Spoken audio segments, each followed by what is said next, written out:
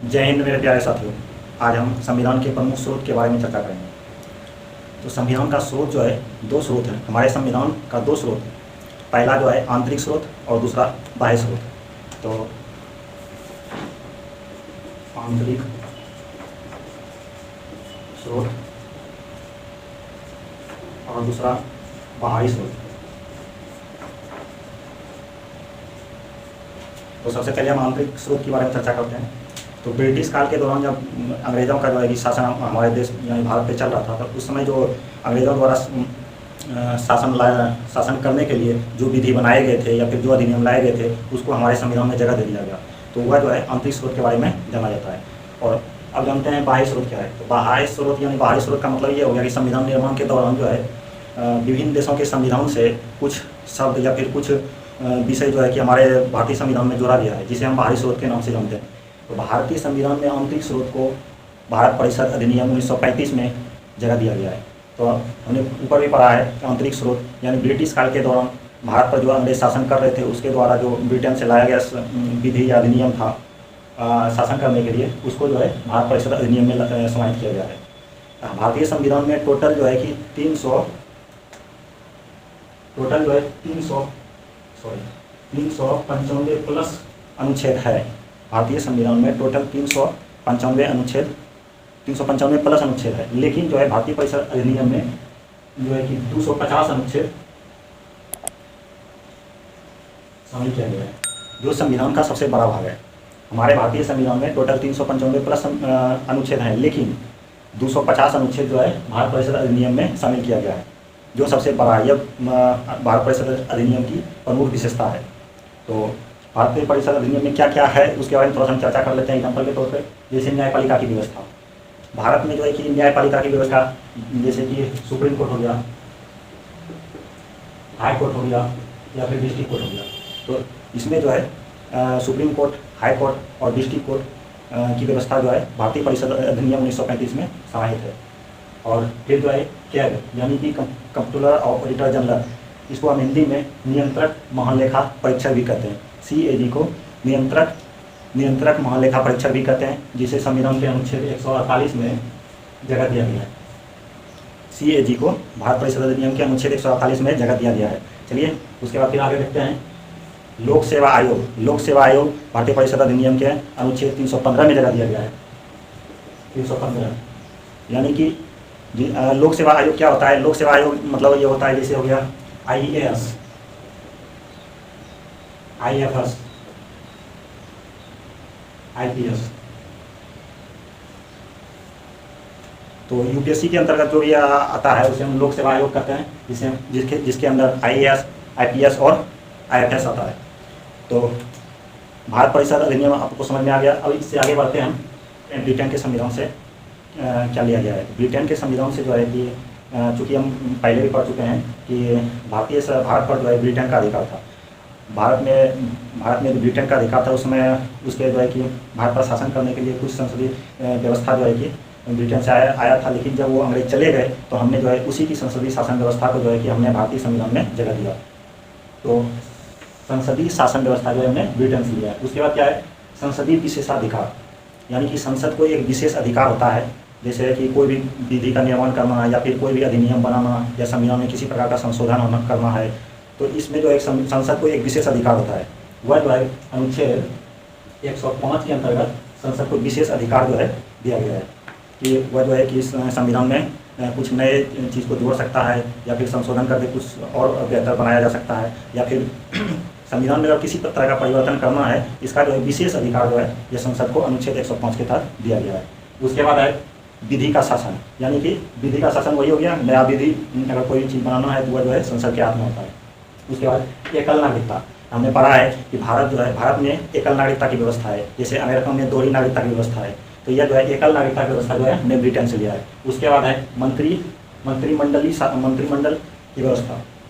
हमने देखा है कि संसद द्वारा जो है कि संसद द्वारा सरकार को जब चुना जाता है तो सरकार अपनी सहायता के लिए विशेष मंत्रिमंडल का गठन करती है। तो एग्जाम्पल के तौर पे हम समझते हैं कि भारत में भी हमारे प्रधानमंत्री हैं माननीय नरेंद्र मोदी जी। तो उन्होंने जो है अपनी सहयोग के लिए रक्षा मंत्री, विदेश मंत्री, क्या कहते हैं, आपका रेल मंत्री, सड़क परिवहन मंत्री। चलिए अब हम देखते हैं अमेरिका के संविधान से क्या लिया गया है। अमेरिका का संविधान यानी कि यूएसए के संविधान से मूल अधिकार लिया गया है।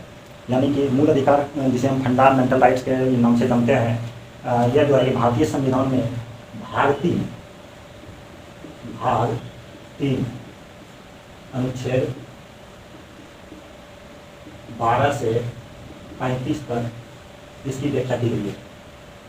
और कीजिएगा 12 से 35 भारतीय संविधान में मूल अधिकार का वर्णन जो मिलता है भाग 3 में अनुच्छेद 12 से 35 तक इसका वर्णन देखने को मिलता है, जो हमने अमेरिका के संविधान से लिया है। हम देखते हैं न्यायिक पूर्वालोकन की व्यवस्था, जिसे हमने अमेरिका के संविधान से लिया है। तो न्यायिक पूर्वालोकन का मतलब ये होता है कि एक एग्जाम्पल के तौर पर हम इसको समझते हैं। भारत में जो है कि विधि निर्माण की जो है कि शक्ति जो है संसद को है। यानी कि संसद जो भी नियम या अधिनियम बनाती है उसका जो है पूर्वालोकन करने के लिए या मतलब उसका जांच करने के लिए अनुच्छेद जो है 137 के तहत जांच करने का अधिकार है, यानी पूर्वालोकन करने का अधिकार है। उसमें जांच ये होता है कि कहने का मतलब यह इसमें जो विधि निर्माण किया गया है या फिर जो भी अधिनियम बनाए गए हैं यह भारत की जनता के हित में है या नहीं है, इसका जांच करने का अधिकार जो है न्यायिक पूर्वालोकन के तहत अनुच्छेद 137 के तहत हम कर सकते हैं। संविधान की सर्वोच्चता का तात्पर्य यह है कि हमारे देश में जो है संविधान से ऊंचा दर्जा किसी को भी नहीं दिया गया है। तो कहने का मतलब ये संविधान में जो इतना ऊंचा दर्जा दिया गया है इसमें इतनी शक्ति आती कहाँ से? यह शक्ति जो है हमारे जनता से मिलती है। ठीक है, तो यह जो है संविधान की सर्वोच्चता है। यह हमारे संविधान की सर्वोच्चता है कि हमारे संविधान को इतना ऊंचा दर्जा दिया गया है और उसमें जो शक्ति मिलती है हमारे भारत की जनता से मिलती है। उसके बाद है राष्ट्रपति का निर्वाचन यहाँ भी हमने अमेरिका के संविधान से लिया गया है। और उस पर जो है महाभियोग की प्रक्रिया जो है राष्ट्रपति का जो महाभियोग बताया गया, यदि अगर राष्ट्रपति किसी असंवैधानिक तरीके से अगर कोई कार्य करते हैं तो उसकी जांच के लिए जो है एक महाभियोग लाया जाता है, जिसे हम अनुच्छेद 61 के तहत जो है महाभियोग लाया जाता है, जिसमें कि उसका जो है कि जांच किया जाता है कि मतलब हमारे भारत के जो राष्ट्रपति हैं वो संवैधानिक तरीके से कार्य किए हैं या फिर संवैधानिक तरीके से। तो यह जो है प्रक्रिया जो है हमने अमेरिका के संविधान से लिया है। चलिए हम देखते हैं कनाडा के संविधान से क्या लिया गया है। कनाडा के संविधान से संघीय शासन व्यवस्था लिया गया है। संघीय शासन व्यवस्था का मतलब यह होता है कि केंद्र और राज्य के बीच में संबंध जो है यह कैसा होना चाहिए, नहीं होना चाहिए, यह हमने कनाडा के संविधान से लिया है। उसके बाद है केंद्र और राज्य के बीच शक्ति का विभाजन। तो इसमें जो है कि केंद्र और राज्य के बीच जो है शक्ति का विभाजन जो है हमने कनाडा के संविधान से लिया है। कहने का मतलब ये हो गया कि हमारे भारतीय संविधान में कुछ केंद्र को शक्तियाँ दी गई है और उसके बाद कुछ जो है राज्य को शक्तियाँ दी गई है। यह प्रक्रिया जो है हमने कनाडा के संविधान से लिया है। उसके बाद है अवशिष्ट शक्तियाँ केंद्र के पास, यह भी हमने कनाडा के संविधान से लिया है। यह अवशिष्ट शक्तियाँ का मतलब ये हो गया कि केंद्र और राज्य के बीच शक्ति का जो विभाजन हुआ इसमें कुछ ऐसे विषय बच गए, अतिरिक्त विषय बच गए जिसका जो है अधिकार केंद्र को दिया गया है। तो यह भी हमने देख लिया कि अवशिष्ट शक्तियाँ केंद्र के पास हमने कनाडा के संविधान से लिया है। हम देखते हैं आयरलैंड के संविधान से क्या लिया गया है। आयरलैंड के संविधान से नीति निर्देशक तत्व लिया गया है, जिसे हम DPSP के भी नाम से जानते हैं, जो भारतीय संविधान में भाग 4 में 36 से 51 के बीच समाहित किया गया है, जिसे हम DPSP और अनुच्छेद भाग 4 के अंतर्गत अनुच्छेद 36 से 51 यह जो है नीति निर्देशक तत्व हमने आयरलैंड के संविधान से लिया है, जिसे हम DPSP के भी नाम से हम देखते हैं। दक्षिण अफ्रीका के संविधान से क्या लिया गया है। दक्षिण अफ्रीका के संविधान से संविधान संशोधन की प्रक्रिया लिया गया है। यानी कि हमें एक एग्जाम्पल के तौर पर पढ़ सकते हैं, जैसे कि मौलिक अधिकार पहले 7 प्रकार का मौलिक अधिकार था, जिसमें से संपत्ति रखने या अर्जित करने का अधिकार जो है मौलिक अधिकार था। लेकिन 44वां संविधान संशोधन 1978 द्वारा उसे जो है संशोधन करके अनुच्छेद 300 के क में जगह दे दिया गया है। 300 के क में जगह दे दिया है, जो अब जो है संपत्ति जो है कानूनी अधिकार बन गया है। संपत्ति अर्जित करना जो है पहले मौलिक अधिकार था, लेकिन अब जो है संविधान संशोधन के दौरान इसको बदल करके अनुच्छेद 300 में रख दिया है, जो अब यह कानूनी अधिकार बन गया है। इसलिए संविधान संशोधन, जितने भी संविधान संशोधन किया गया है हमारे संविधान में, यह प्रक्रिया जो है दक्षिण अफ्रीका के संविधान से लिया गया है। अब हम देखते हैं फ्रांस के संविधान से क्या लिया गया है। फ्रांस के संविधान से समानता, स्वतंत्रता और बंधुत्व जैसे शब्द जो है लिए गए हैं। तो फ्रांस की क्रांति के दौरान जो है 3 शब्द जो है काफ़ी प्रचलित हुए थे, जिसमें है समानता, स्वतंत्रता और बंधुत्व। समानता, स्वतंत्रता और बंधुत्व जो है फ्रांस की क्रांति के दौरान काफ़ी जो है प्रचलित हुआ था, जो लोकतंत्र के निर्माण में जो है कि काफ़ी कल्याणकारी साबित हुआ था। और बाद में जो है चल करके भारतीय संविधान में भी इसको जगह दिया गया है। उसके बाद हम देखते हैं ऑस्ट्रेलिया के संविधान से क्या लिया गया है। ऑस्ट्रेलिया के संविधान से समवर्ती सूची लिया गया है। समवर्ती सूची यानी कि संविधान के अनुसूची जो है साथ में संघ सूची और राज्य सूची और समवर्ती सूची हमने पढ़ा है। तो कहने का मतलब ये है संघ सूची और राज्य सूची जो है इसको तो हम भारत परिषद अधिनियम 1935 से ही लेकर के आ रहे हैं, लेकिन ये जो है समवर्ती सूची या पहले हमारे भारत परिषद अधिनियम में नहीं था, जो इसे जो है हमने ऑस्ट्रेलिया के संविधान से लिया है, जिसे समवर्ती सूची के विषय पर कानून बनाने का जो है कि अधिकार राज्य और केंद्र दोनों को है, लेकिन विशेष परिस्थिति में केंद्र को विशेष वरीयता दी गई है। उसके बाद है संयुक्त अधिवेशन की प्रक्रिया, यानी कि भारत में जो है एक विशेष प्रक्रिया है संयुक्त अधिवेशन की प्रक्रिया। यह जो है हमने ऑस्ट्रेलिया के संविधान से लिया है। संयुक्त अधिवेशन यानी कि अनुच्छेद 105 के तहत, अनुच्छेद 105 के तहत विशेष प्रक्रिया जिसे हम संयुक्त अधिवेशन की प्रक्रिया भी कहते हैं। अगर कोई विधेयक लोकसभा और राज्यसभा द्वारा पारित नहीं हो पाता है या फिर कोई किसी प्रकार का विवाद हो जाता है, तो उसके दौरान प्रधानमंत्री आदेश देता है राष्ट्रपति को कि आप जो है कि विशेष संयुक्त अधिवेशन बुलाइए। तो राष्ट्रपति जो है अनुच्छेद 105 के तहत संयुक्त अधिवेशन बुलाता है, जिसकी अध्यक्षता जो है लोकसभा के अध्यक्ष यानी कि स्पीकर करते हैं। यह प्रक्रिया हमने जो है ऑस्ट्रेलिया के संविधान से लिया है। हम देखते हैं जर्मनी के संविधान से क्या लिया गया है। जर्मनी के संविधान से आपातकाल का उल्लंघन लिया गया है। तो हमने भारतीय संविधान में पढ़ा है अनुच्छेद 352, 356 और 360 के तहत राष्ट्र जो है कि आपातकाल लागू किया जाता है। तो यह आपातकाल का जो प्रावधान है यह हमने जर्मनी के संविधान से लिया गया है। लेकिन सिर्फ आपातकाल ही नहीं, बल्कि आपातकाल के दौरान कुछ मौलिक अधिकार को जो है कि निलंबित भी किया जाता है। यह भी प्रावधान हमने जर्मनी के ही संविधान से लिया गया है। उसके बाद है लास्ट रूस के संविधान से हमने क्या लिया है। रूस के संविधान से मौलिक कर्तव्य लिया गया है, यानी कि मौलिक कर्तव्य ये सारे जो है हमारे संविधान में जो है कि इसको जगह दिया गया है।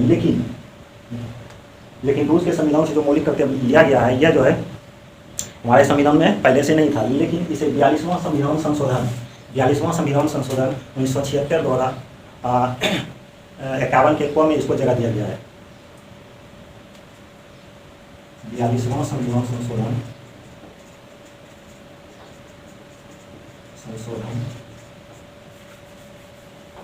1976 द्वारा जोड़ा गया, जिसे अनुच्छेद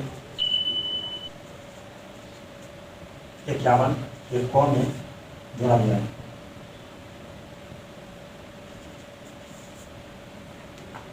चलिए इसको हम फिर से समझते हैं कि रूस के संविधान से मौलिक कर्तव्य लिया गया है, लेकिन मौलिक कर्तव्य हमारे पहले संविधान में नहीं था, जिसे 42वां संविधान संशोधन 1976 द्वारा अनुच्छेद 51 के क में जगह दिया गया है। यह हमने रूस के संविधान से लिया है। चलिए इन सब की चर्चा करने के बाद कुछ खास बातें जो आपको जाननी चाहिए थी उस पर हम चर्चा करते हैं।